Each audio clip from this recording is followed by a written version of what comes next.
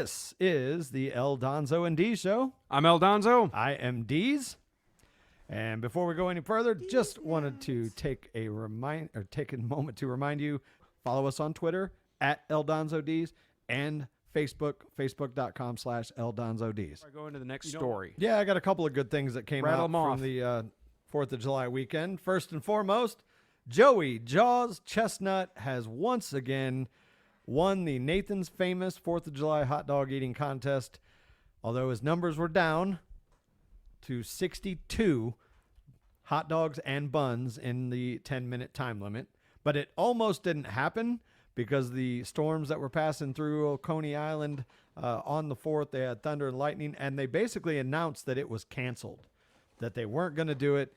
The crowd wasn't having it. They were still hanging around, and after about an hour and a half, Joey Chestnut basically stormed out of his dressing room, trailer, I don't know where he was staying at the time, but he basically walked out and went over to the officials and was like, we're doing this effing thing. And sure enough, at the 2-hour delay mark, they kicked it off, and he defended his mustard belt for a record 16th time by eating, again, the aforementioned 62 hot dog and buns in 10 minutes. Boy, that guy goes through 62.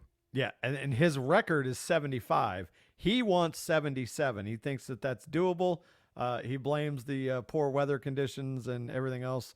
And again, He goes through more wieners than a porn star, man. Holy cow. Yeah, to say the least. Another good thing that happened over the course of the 4th of July weekend. If you could actually let me get something in real quick. Speaking of hot dogs and wieners and cooking out, if you could let me do this. We have the Female Friday Funday Float coming up down the Mackinac River on July 14th. And we will be there. My group is the Wiener Slingers. We go down on a sandbar. We bring beer. We cook hot dogs for all the gals that come down the river. They all stop there every year. It's become a pretty big thing. So check it out. If you're watching YouTube, that's the Wiener Slingers logo right there. We got koozies and we give them out. And it's all for donations for prostate cancer awareness. So they do this for the guys. It's an all-female float. If you're a female and you want to get in on it, go ahead and hit me up on Facebook, and I'll get you in contact with who you got to talk to sign up for this. But it's a good time. The weather's usually always great, and if it's not, you still have a good time anyway. I might come down there and sling a wiener. Yeah, you know what, Dees? You're going to have to get permission from the group, but I think we can make that happen. Maybe we should do like a live thing from down there. Or like do a part of a show from down there. What do you think? That would be cool. So maybe El Donzo and Dees, maybe we'll both be down there slinging wieners. That's what we call it, cook hot dogs. And we take donations. So if you come up and get a hot dog or you get a beer from us, you don't have to give us any money. But whatever money you do give us, we give to the Prostate Cancer Awareness Fund. So that's all donated, 1,000% donated. We don't make any money. We don't recoup any money on it. Remember, that's July 14th. And we will go ahead and post details on our Facebook page. So if you want to get over there and check that out, and I think you can still sign up for it, it's for a good cause because prostate cancer runs in my family. So, yeah, I got to get the old exam every now and again and make sure I'm good to go. But so anyway, there's another story I wanted to get to. We're talking about going around the world here. So that Yevgeny Prigozhin, that was the leader of the Wagner Group over in Russia. Mm-hmm. This is another thing that gets me. I want to get into this story. The Russian military raided his house, okay? And let's see if they got a punch list here, what he had in there. The Russian forces June raid of since exiled Wagner mercenary group boss Yevgeny Prigozhin's home turned up an extensive collection of wigs, sledgehammers, reportedly used to slaughter traitors, and gold, millions of dollars, weapons, all this stuff he had, stashed away in his mansion. I think it came out to $100 million in rubles or something like that. So they go in, they raid him, and then they send him to Belarus to be exiled. And guess what they did with all the stuff they got from the raid? Bought cocaine? No, they're not Hunter Biden. They sent it to Belarus. They gave it back to him. Really? Yeah. So for these people going, oh, this was a Western psyops with the Wagner Group. No, I really believe wholeheartedly that this was an inside job between him and Putin. And I said this on last week's show, and my reasoning for this was there's no way that Prigozhin would do this and not know that he was going to be the first one to get whacked for going up against the Russian military. 600 million rubles equal to $6.58 million. That's what it was. Yeah, but that's a lot of money. He said he used that to pay he said he used that money to pay the Wagner Group guys. So Russia goes in, raids him, and then sends all this stuff back to him. The point I was trying to make with this, though, and you just kind of put a better number to it, and I appreciate that while I was talking and getting that info. I think that this was an inside job, once again, between Vladimir Putin and Prigozhin. I think he wanted him to do this and go against the Russians so it could, I guess, rip the Band-Aid off of who was with Putin and who was against him. Because nothing happened to the Wagner Group guys.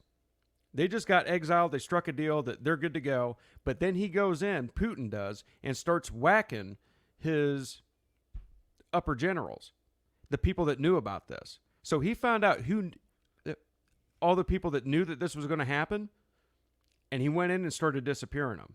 And now the fact that they raid Prigozhin's mansion and give all the stuff back to him, and they got him in Belarus, which they just stocked up with nuclear weapons, which is right on the border of Ukraine. Now, according to this story, Prigozhin himself returned to Russia on Tuesday to collect his cache of weapons, and you were right, $100 million in cash and gold that had been seized. Yes. So they went in and got all his stuff and collected it for him, let him come back into Russia after he's been exiled, and then off he goes right back to Belarus. So you want to tell me something's not fishy here? Yeah, and we're talking about Vladimir Putin, who has been notoriously... he would off a sucker for a six-pack, okay? Yeah, we're talking about a guy that, he's talking about death to everybody that is opposed to me, blah, blah, blah. Well, this guy just tried to take over your country. Oh, but here's all your weapons back, and here's your $100 million in cash and gold. You go back to your little Belarus, and we'll be done. That seems awful fishy. I got to give myself props for this. I think I'm onto something with that theory. It's sounding more plausible after this. I agree. Deez, did you have anything you wanted to get to before I go into the next story? Depends what your next story was going to be. It's going to be the Kohberger thing. Oh, yeah, go ahead. You want me to go ahead with it? Yep. So here's my theory on this. So, okay, this is the headline. Brian Kohberger death penalty would cost $1 million more than life in prison. So they're kind of doing the numbers here. Seeking the death penalty rather than life imprisonment for Idaho student murder suspect Brian Kohberger could cost taxpayers an additional $1 million if he's convicted. Loudoun County prosecuting attorney Bill Thompson notified the court and the defense on June 26th that his office intended to seek death if Kohberger is convicted in the November 2022 slayings of 4 University of Idaho students. Convicted killers stack up hefty medical bills as they await execution. Why? Take them out back and off them. What's so hard about this? You get you get an appeal. In today's, technology with DNA and everything, you get one appeal to reprove your case. If you don't get it, tomorrow, lights out. Yeah, I agree. Why are we sitting here taking care of these guys? We know they got to be offed. Yeah. I've never understood that. I've looked into it and tried to read it, and it's like, well, it's got this and got that, and there's a waiting. Why is there? Why? Especially in a place like Idaho where, because of the shortage of lethal injections, they reinstated the firing squad, and there is literally a man on death row in Idaho right now that has been there for 40 years. What are we waiting for? Oh, well, he's got cancer. So what? Put him out of his misery. Yes. Me personally, I'd rather have the firing squad go out with a bang. You know what I mean? Yeah. Instead, you're wasting, who knows, $1.5 million over the course of his time there in taxpayer money, keeping this person alive that you sentenced to die. Like, why? So I agree with you 100%, but I got a thought on Kohberger. You had some stuff, some information about there was some doubt here in the prosecutors and everything holding some information back. Yeah, early on, I believe it was in the grand jury hearings, there was a witness that could basically, I don't know if it would be completely exonerate, but at the very least throw a lot of doubt. And the defense was trying to get this witness to come testify, and she lived out of state and she didn't want to come. Well, they couldn't force her, and the court ruled that no, she doesn't have to for this grand jury hearing. So They thought they could get it thrown out before it even went this far. So it's going to be very interesting to see what happens come trial time, whether or not this is, somebody that can present some evidence. There's also been some serious questions over the manner in which they collected DNA evidence. So here's my issue with this. So Brian Kohlberger, I think he's 30 years old, and he's been studying criminology for like 10 or 12 years. He's working on his doctorate, I think, in criminology. He's sat down and performed interviews with serial killers. This kid's obsessed with it. He's done all this research and this education. I'm telling you, I wouldn't be surprised if he did this and set it up just to get off the charges, just to be found innocent, just to say he got away with the perfect crime. I wouldn't be surprised one bit. This guy, he's not stupid. But when you look at the crime scene, when you look at the details, especially the first details that came out of this, it's like he just wanted to get caught. Right? Well, didn't it take a while? No, he had They tracked his phone. They got pictures of his car there. His car was they got the driving by. Marine Corps K-bar sheath with blood on it, and I'm just saying, it looked too easy to get this guy. Yeah, this is going to make for an interesting Netflix documentary when it's all said and done, because like I said, there are apparently issues with how evidence was collected, and then we have this mystery witness that wasn't allowed to testify and will probably be brought in for trial. It'll be interesting to see the trial play out. Nobody, okay, this is my opinion, this day and age would perform a crime that bad and that sloppy. Anyway, that's just my take on it. I'm going to wait for a surprise. All right, Deez, you got some stories to rattle off. Let's go for it, brother man. Yeah, this one I stole from you, and I'm going to elaborate on a little bit, and I'm sure you're going to have your opinion on it. But Travis Kelce, Super Bowl champion for the Kansas City Chiefs, one of, the best tight end in the NFL right now, and one of the best of all time probably, has been getting flamed for appearing in Bud Light's new commercial. And the commercial is titled Backyard Grunts with Kelce. And it's a 15-second spot where he sits down in the backyard, looks like it's at a barbecue, and one of those, like everybody, we've all done it. The man grunts. Yeah, you come home from a long day or whatever, and you finally get to sit down and crack open a cold one, and one of those things, and then it flashes to all these other guys. And of course, all the super far rights came out like, oh, is he transgender too? Blah, blah, blah. Look, if Adolf Bush walked in this door right now and gave me $1 million, I'd be on a commercial too. That's because you can be bought. Well, yeah. And so can he. It's just that. It's a job. Like, he's not, what do you expect? And I'm not necessarily asking you, but like the people, like Bud Light made a huge mistake. They know it. They're paying dearly for it week after week as their sales plummet.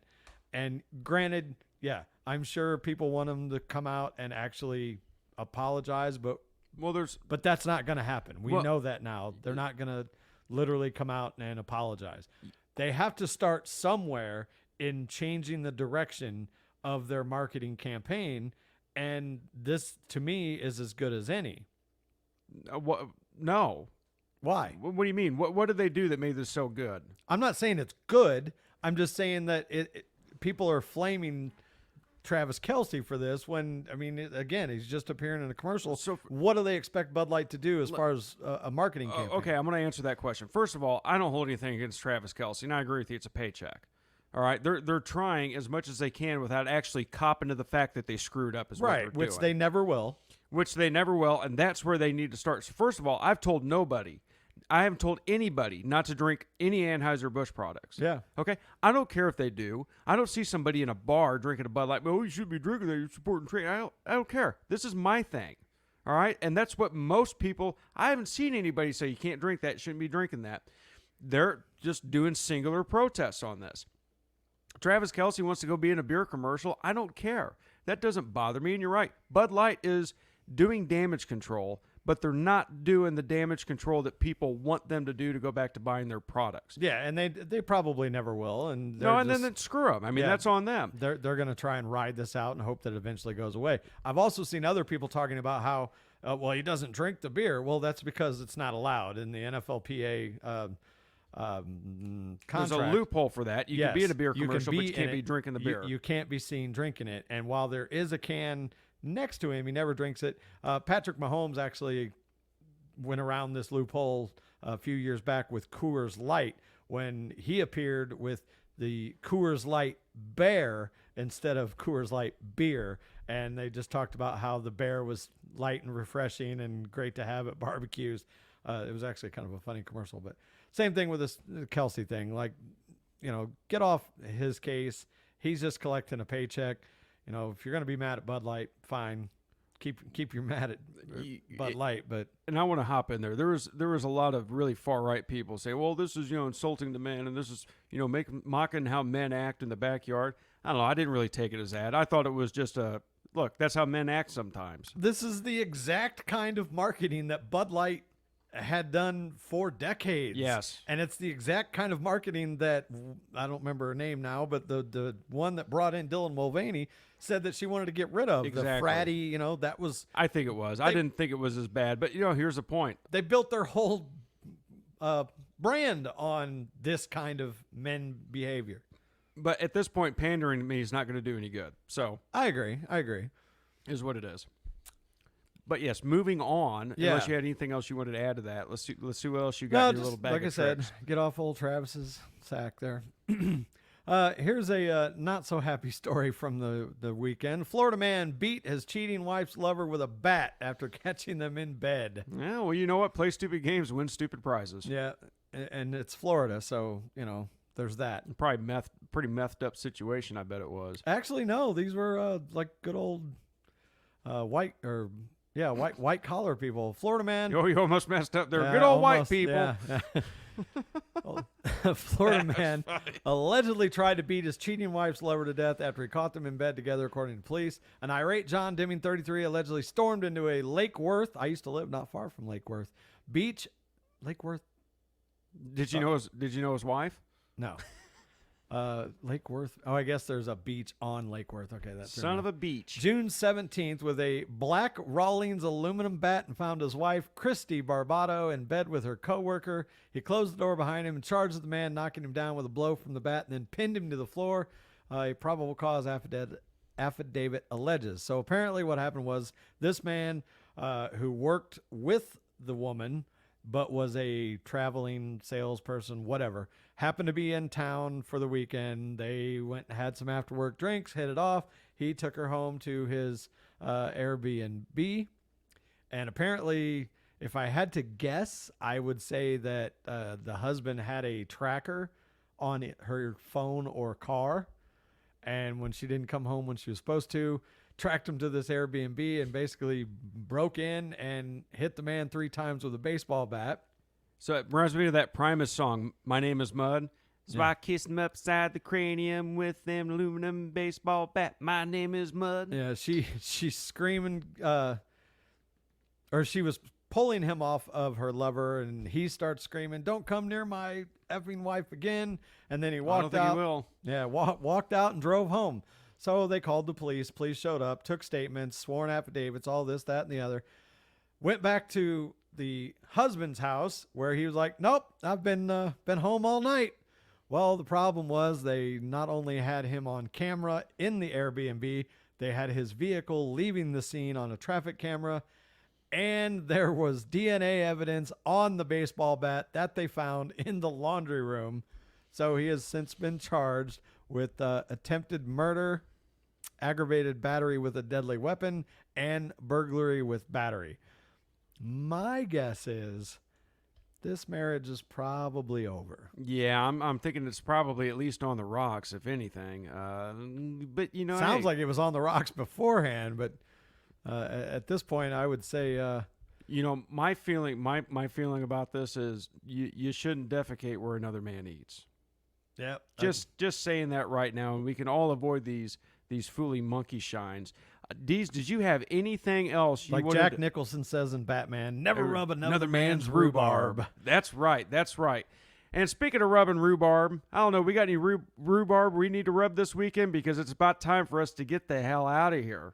Sounds like a plan to me. All right, this is the El Donzo and D's show on Cities 92.9. I'm El Donzo. I'm Deez. And we're going to go drink some beer or some vodka, baby. We'll catch you on the flip side next week. Same bat time, same bat channel. See ya.